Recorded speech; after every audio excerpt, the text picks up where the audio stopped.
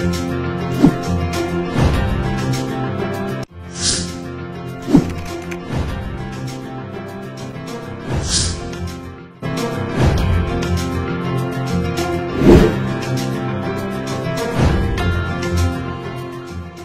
عليكم الاول، يا رب كلكم تكونوا بخير. انا مش جاي اتكلم كتير النهارده، ده تقريبا كده الفيرست ريتريت.